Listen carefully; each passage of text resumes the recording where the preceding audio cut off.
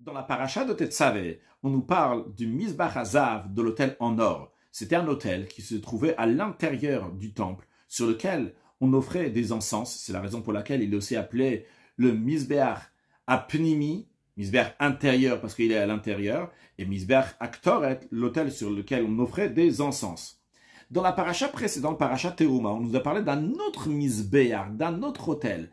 C'est le Mizbeach Anechoshet, l'autel qui était en cuivre. Alors quand on dit qu'il est en or, celui de l'intérieur, ou bien celui qui est à l'extérieur, il est en cuivre, en vérité, l'autel qui était à l'intérieur lui-même, il était en bois, mais il était recouvert avec une couche d'or. Et l'autel qui était à l'extérieur était fait en pierre, mais il était recouvert avec du cuivre. Aujourd'hui, nous allons prendre une sikha du rabbi qui a été corrigée, basée sur le contenu d'une lettre que le rabbi a écrite à un groupe de juifs qui étudiaient des Mishnayot. Et ils ont fini le Seder Moed. Le Seder Moed finit avec le traité de Chagiga, donc il parle de la fête. Et là-bas, à la fin, on nous dit comme ça, que tous les ustensiles qu'il y avait dans le temple nécessitent d'être immergés dans un bain rituel s'ils sont devenus impurs, si on a un doute qu'ils sont devenus impurs, à l'exception de deux ustensiles, l'autel en or et l'autel en cuivre, que eux ne contractent pas d'impureté, donc il n'est pas nécessaire, il ne faut pas les immerger dans le bain rituel. Pourquoi? Il y a deux raisons dans la Mishnah, l'opinion de Rabbi Eliezer et l'opinion de Chachamim. Le pourquoi d'après Rabbi Eliezer, c'est parce que ces autels-là, ils sont comparés comme le sol. De la même manière que le sol ne contracte pas d'impureté, de la même manière aussi, ces misbechot, ces autels, ne contractent pas l'impureté. En effet, dans les commentaires, c'est expliqué qu'il est dit misbach adama ta'aseli. La Torah, elle dit que un misbeach de terre, tu vas me faire. Il s'agit donc du misbeach de l'autel qui était à l'extérieur, sur lequel on faisait les sacrifices, on s'est brûlé les sacrifices, qu'il était rempli de terre. On appelle ça donc misbach adama, un misbeach de terre. Et de la même manière que la terre ne contracte pas l'impureté, de la même manière aussi, ce misbéach qui est à l'extérieur ne contracte pas l'impureté. Comme c'est expliqué dans les commentaires, que vu qu'il y a écrit dans la Torah, on parle de misbechot, qu'on compare les deux misbéach, les deux autels, c'est la raison pour laquelle que le misbach hazav aussi, l'autel en or aussi, ne contracte pas d'impureté. Ça, c'est l'explication d'après Rabbi Eliezer.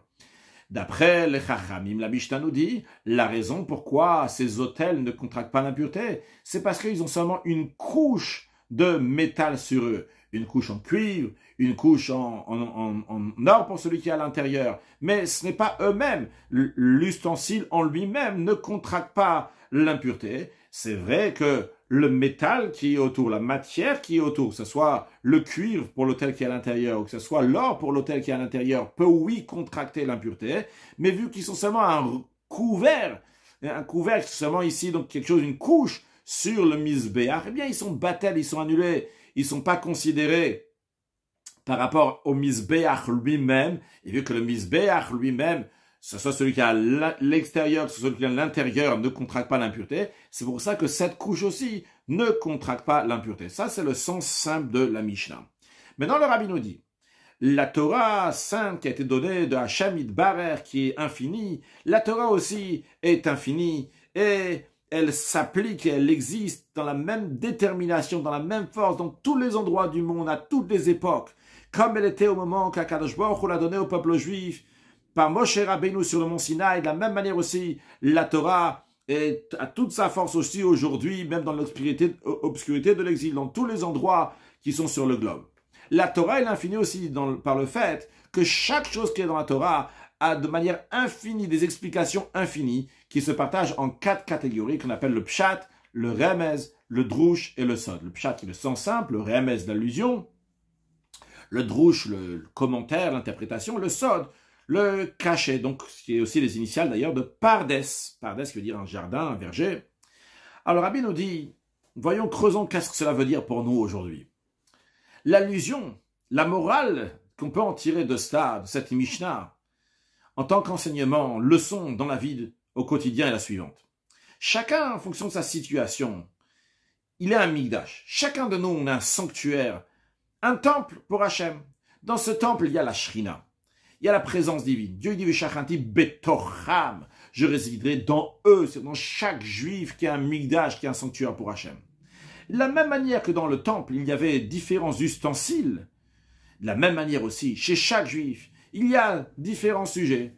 Il y a le cerveau, il y a le sentiment. Donc tout ça, c'est différents ustensiles qu'il y a dans le corps de l'être humain, qui est un temple pour Hachem. Et dans ces ustensiles-là, il peut y avoir une impureté qui va venir. Il peut venir, des fois, quelqu'un va avoir un certain intérêt dans quelque chose. Il peut y avoir du profane qui va rentrer dans lui. Des fois, c'est une pensée qui n'est pas sainte. C'est possible même que ça va se mélanger, rentrer là-bas. Pas seulement quelque chose qui est profane, même quelque chose qui n'est pas pur. Quelque chose qui est avec une avéra chas shalom. C'est-à-dire quelque chose qui est le contraire de la volonté de Dieu, le contraire de Torah mitzvot. En d'autres mots, on est en train de nous dire ici qu'il peut y avoir un des membres de la personne, qui est dans les ustensiles qui est dans son temple, qui deviennent impurs, que ce soit son cerveau, sa pensée ou une autre force qui est à l'intérieur de lui. Eh bien, il faut trouver un moyen, comment le purifier pour que l'ustensile va à nouveau être un ustensile du Migdash, du temple. Parce que le Migdash d'Akadosh Baruch Hu, le temple de Dieu, donc qui en vérité chaque juif, homme, femme, doit être pur. Alors on nous dit comme ça, les êtres humains sont partagés, que ce soit matériellement ou spirituellement, dans la catégorie de riches et de pauvres. Le riche, il est décrit comme quelqu'un que tout c'est de l'or. Le pauvre, il est décrit comme quelqu'un, comme ses pièces sont des pièces qui sont en cuivre. Mais on nous dit, dans chaque être humain, sans exception, quels que soient ses sujets, ses sentiments intérieurs ou extérieurs, quelle que soit la manière qu'ils vont être, on dit, sache que toujours, il y a à l'intérieur de lui quelque chose qui est toujours entier et intègre. C'est das Pinteleid, c'est le Nekudata Yadut, le point juif qui est dans le juif. La volonté du juif de faire la volonté de Dieu. Comme le rabbi précédent a dit, qu'un juif ni il veut et ni il peut se détacher de la divinité. Et ça, ce point-là qui existe dans chaque juif, ça c'est le Mizbeach, l'autel. Mizbeach, ça vient du langage de Zvicha, Zvicha qui veut dire une offrande. Amener une offrande à Hachem. Donc déjà, le rabbi nous a expliqué sur le plan spirituel qu'on a différents ustensiles dans nous qui peuvent devenir impurs. Mais on a un Mizbeach, on a un autel. Cet autel-là, il ne peut pas devenir impur. La Mishnah nous dit, quelle que soit ta catégorie, tu fais partie des riches ou des pauvres, que ce soit le Mizbeach Hazav, l'autel en or, des riches, ou bien que ce soit l'autel de ceux qui sont pauvres, Mizbeach Hanechoshet, le Mizbeach en cuivre, eh bien, lorsqu'ils se rappellent, le riche ou le pauvre, qu'ils ont un Mizbeach dans eux, qu'ils ont une volonté intérieure, et leur vraie volonté c'est quoi? C'est de sacrifier le Yetzer Hara, le mauvais penchant, et d'accomplir la volonté de Dieu, eh bien à ce moment-là, il ne contracte pas d'impureté. Mais alors, quelle est la raison? Pourquoi ce Mizbeach qui est à l'intérieur du juif, il ne reçoit jamais d'impureté, qu'il soit riche ou pauvre? Alors, nous avons deux opinions. Rabbi Eliezer, il dit, la raison, elle est parce que c'est comme du sol. De la même manière que le sol, tout le monde marche dessus. De la même manière aussi, le juif, il n'a pas de propre volonté, ça n'existe pas. De la même manière que le sol n'a pas de volonté, on marche dessus, il se tait. De la même manière aussi, le juif, il n'a pas de propre volonté. Il a seulement la volonté que Dieu a dévoilée dans sa Torah. Et comme d'ailleurs, on le demande dans la prière tous les jours. Que mon âme va être comme de la poussière. Mais ça, c'est l'opinion de Rabbi Eliezer. Ce Rabbi Eliezer, c'est Rabbi Eliezer ben Urkenus, qui est aussi appelé Rabbi Eliezer Hagadol. Ce Rabbi Eliezer, qu'on nous dit dans les Pirkei Avot, qui était équivalent comme tous les sages du peuple juif. Et malgré sa grandeur, il n'avait pas d'importance à ses yeux, à tel point, comme la Gemara nous dit, que ce Rabbi Eliezer n'a jamais dit quelque chose qu'il n'a pas entendu de ses maîtres. C'est la raison pour laquelle, que d'après Rabbi Eliezer, la manière qu'il voit les choses, c'est que dès qu'il voit un juif, il voit l'intérieur du juif. Il voit le Pintedeid, il voit l'intérieur, le point juif qui est dans lui. Et il voit comment ce point juif est entièrement attaché avec Dieu. Yisrael, Ve'orait, avec Kuchabrich ou Kolachat, c'est une seule chose. Parce que toute la vie de l'être humain du juif, c'est quoi? C'est accomplir Torah Mitzvot. Et Rabbi Eliezer, il enseignait ça aussi à ses élèves. Il leur disait, même celui qui a un intellect qui est géant, qui est très très fort, mais ça doit venir avec une très grande humilité, comme lui-même Rabbi Eliezer, qui était un géant au Torah, et pourtant il n'a jamais dit quelque chose qu'il n'a pas entendu de ses maîtres. Ça, c'est l'opinion de Rabbi Eliezer. Tu vois un juif, tu vois directement son intérieur. Il n'y a rien d'autre, il n'y a rien. Il n'y a que son intérieur, la volonté de faire ce que Dieu il veut. caca, il est comme le sol. Il n'a pas de propre existence. Il peut être super intelligent, il peut être un gérant, Rabbi Eliezer Agadol, mais ce qu'il a entendu de ses maîtres, la petitesse, l'humilité, on voit directement l'intérieur. En revanche, on va dire, les sages ne sont pas d'accord. Ils disent, c'est vrai ce que Rabbi Eliezer dit, mais c'est très très fort, ça va très très loin, c'est très dur d'aller, d'être à ce niveau-là. Pas tout le monde peut aller dans ce niveau-là, de voir directement comme ça, il n'y a que la volonté de Dieu. Nod, c'est très dur. C'est la raison pour laquelle que eux, les sages, disent, on va prendre en considération aussi l'extérieur de la personne. On va voir ce qu'il est vraiment. Ça arrive de fois en effet. Quelqu'un, il a trébuché Chazé Shalom. Particulièrement, ça existe chez l'autel en or, celui qui est souvent dans l'or, dans la richesse, ça l'amène pour un certain instant, de ne pas faire la volonté de Dieu. De même, des fois chez le pauvre, celui qui est le misbach en rochet, celui qui est le misbach en cuivre, vu que c'est très difficile de l'avoir de l'argent, eh bien, il risque des fois de transgresser la volonté de Dieu. Mais quand même, les sages nous disent, la nekudata yadut, le point juif, le misbéach, ne contracte pas l'impureté. Pourquoi? Parce que c'est juste un couvercle. C'est juste quelque chose qui entoure. C'est juste l'entourage qui était en or, l'entourage qui était en cuivre. C'est pas lui, c'est pas le juif. Parce que même l'or du riche et même le cuivre du pauvre, c'est juste quelque chose qui les couvre par l'extérieur. Mais leur intérieur, il est pur. Et leur intérieur ne veut pas contracter l'impureté. Et cet intérieur, il est tellement fort, à tel point que finalement, il dit, bah, cette couche qui est extérieure, elle est annulée à ce qui est à l'intérieur. Et finalement, c'est sûr qu'il va faire tchouva, et il va arriver à la vérité. C'est quoi la vérité? Que la vie d'un juif et son existence, c'est uniquement la divinité. Et la voie pour y arriver, c'est en étudiant la Torah et en accomplissant les mitzvot. Et ça, c'est les réceptacles pour avoir la bénédiction de Dieu matériellement, que Dieu il a promis dans sa Torah. Que si vous allez aller dans mes lois, vous allez garder mes observances, vous allez garder mes mitzvot, eh bien, la terre va donner sa récolte, et l'arbre de champ va donner son fruit, etc. Jusqu'à là, donc, c'est la sikha, la lettre, comme le rabbi il a écrit à ce groupe-là, mais après, il y a une note dans la sikha, une note extraordinaire, une note qui peut être une sikha en elle-même. Avant de commencer la note, juste une petite introduction pour ce qui va être dit dans la note.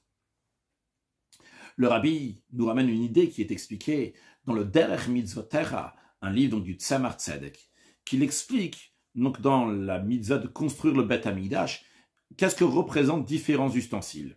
Il explique qu'il y a 4 ustensiles principaux dans le temple. Il y a la menorah, le candélabre, il y a le shulchan, la table sur laquelle on mettait le pain de proposition, il y a le mizbeach hapnimi, l'autel intérieur, il y a le mizbeach hachitzon, il y a l'autel extérieur. Et il nous dit que ces 4 ustensiles correspondent à 4 attributs dans les mondes spirituels. La menorah, le candélabre, représente le chesed, la bonté, ça éclaire. Le pain représente la parnassa comme gvurot geshamim, qui vient avec la pluie, qui est appelée gvura, de la rigueur, et ça représente donc la parnassa, et ça c'est lié donc avec gvura. Donc on a l'attribut de bonté et l'attribut de rigueur. Puis nous avons le mizbeach intérieur, qui est tiferet, qui est l'harmonie. Dans tiferet, ça englobe le chesed et gvura, il y a une certaine perfection là-bas. Puis nous avons le mizbeach qui est à l'extérieur, celui qui est en cuivre, qui représente Malchut, le dernier des attributs. À noter que dans le sein, il y avait les 3 premiers ustensiles que nous avons mentionnés, donc la menorah qui était à droite, la table qui était à gauche, et le misbéach qui était au milieu, le misbéach intérieur sur lequel on fait les encens, celui qui est en or, qui était au milieu. Derrière le sein, nous avons le sein des saints. Il y a un rideau, il y a le sein des saints. Derrière, donc dans le sein de saints, il y a le Aaron, il y a l'arche. L'arche qui est à l'intérieur, donc qui est du sein des saints, ça représente un niveau qui est au-delà même des attributs, qui est au-delà des mondes, qui s'appelle Keter. Keter qui représente le Haïn, qui représente l'annulation totale à Dieu. Et je tiens à dire ça maintenant avant de lire la suite, parce que le Mizbeach intérieur correspond, et sur la même rangée, sur la même ligne que le Aaron, que l'arche. Parce qu'on a dit la menorah à droite, la table à gauche, et le Mizbeach intérieur qui est au milieu fait face donc au Aaron, à l'arche. Donc, en autre mot, on retrouve ici ce qui est écrit dans la Kabbalah, que le Tiferet, ce qui est au milieu, remonte jusqu'à Keter, parce que ça remonte jusqu'au Aaron, ça remonte jusqu'à l'arche. Ok, il y a encore d'autres choses qu'on peut dire en introduction, mais je vais directement, donc on va dire donc ce qu'il y a écrit, on va comprendre donc le sens profond ici de ce qu'on a appris dans la sira. Donc on a dit il y a 4 ustensiles principaux, donc la menorah, la table, le misbeach intérieur, le misbeach extérieur, ça correspond à Chesed, Gvura, Tiferet, Malchut. Et le Rabbi dit maintenant, on va comprendre aussi le début de la Mishnah, que le Rabbi n'a pas parlé de ça jusqu'à présent, mais dans la Mishnah, c'est dit que la menorah et le shulchan, ils peuvent oui contracter l'impureté. C'est partie des ustensiles dans le temple qui peuvent oui contracter l'impureté. Pourquoi ils peuvent oui contracter l'impureté? Parce que vu que c'est des midot, c'est des attributs, dans les attributs, dans Chesed et Gvura, peut se mélanger quelque chose de négatif. On retrouve chez Avraham Avinu qu'il y a eu quelque chose de négatif qui est sorti de lui. Il y a eu Ishmaël. Chez Yitzhak, il y a la rigueur, il y a eu quelque chose de négatif qui est sorti de lui. Il y a eu Esav. Donc il y a ici, donc, dans ces midot-là, il peut y avoir du mal, quelque chose de négatif, donc il peut y avoir de l'impureté. Par contre, le misbeach apnimi et le misbeach achitzon, eux, ils correspondent, donc ils sont au milieu, ils correspondent au kavaim tsaï, donc il va jusqu'à Keter, donc c'est la ligne médiane qui va jusqu'au Keter. Keter, c'est quoi? C'est le Aaron, c'est l'arche. D'ailleurs, l'arche, il a été enfoui dans la terre, parce que c'est pas possible qu'il va être dominé par les nations, Chas Shalom ou quoi que ce soit. Et l'arche, donc, il était là-bas, dans le Saint des Saints, dans lequel il y avait les louchot et les tables de la loi. Mais il y a quand même besoin d'une explication. Comment ça se fait que le misbeach ne reçoit pas d'impureté? Vu que c'est des midot finalement, c'est une mida, c'est un attribut, il peut y avoir quelque chose de mal qui va se mettre. Alors on nous dit, sache, pourquoi le misbeach apnimi? Pourquoi il peut pas recevoir l'impureté? La raison elle est, parce qu'il est comme un karka, comme ça explique Rabbi Eliezer, c'est comme le sol. Qu'est-ce que ça veut dire qu'il est comme le sol? C'est-à-dire qu'il a une annulation totale. À quoi représente cette annulation totale? C'est Keter. Keter, donc qui représente le Haïn, qui représente une annulation totale, et le misbeach apnim et le misbeach intérieur, donc il correspond directement, il va jusqu'au Keter, il va jusqu'au Aaron, il est face à lui, donc il est Kekarka, il est comme le Karka, de la même manière que le Aaron, que l'arche, les forces du mal, les non-juifs ne peuvent pas saisir ce Aaron, et bien de la même manière sur le plan spirituel, il ne peut pas y avoir d'impureté qui va saisir le misbeach apnim et le misbeach intérieur. Mais quand même, où est-ce qu'on nous dit clairement qu'il est considéré comme de la terre? C'est pas dit à propos du misbeach intérieur, c'est dit uniquement à propos du misbeach qui était à l'extérieur. Celui-là, il y a écrit que misbach adama, celui qui correspond à Malchut, à la dernière des attributs. Là, il écrit misbach adamata, c'est dit. Pourquoi? Parce que naut sofan bitrilatan trilatan besofan. La fin est liée au début, le début est lié à la fin. C'est-à-dire qu'il y a un rapport entre Keter, qui est donc le niveau le plus haut, et Malchut, qui est le dernier des attributs.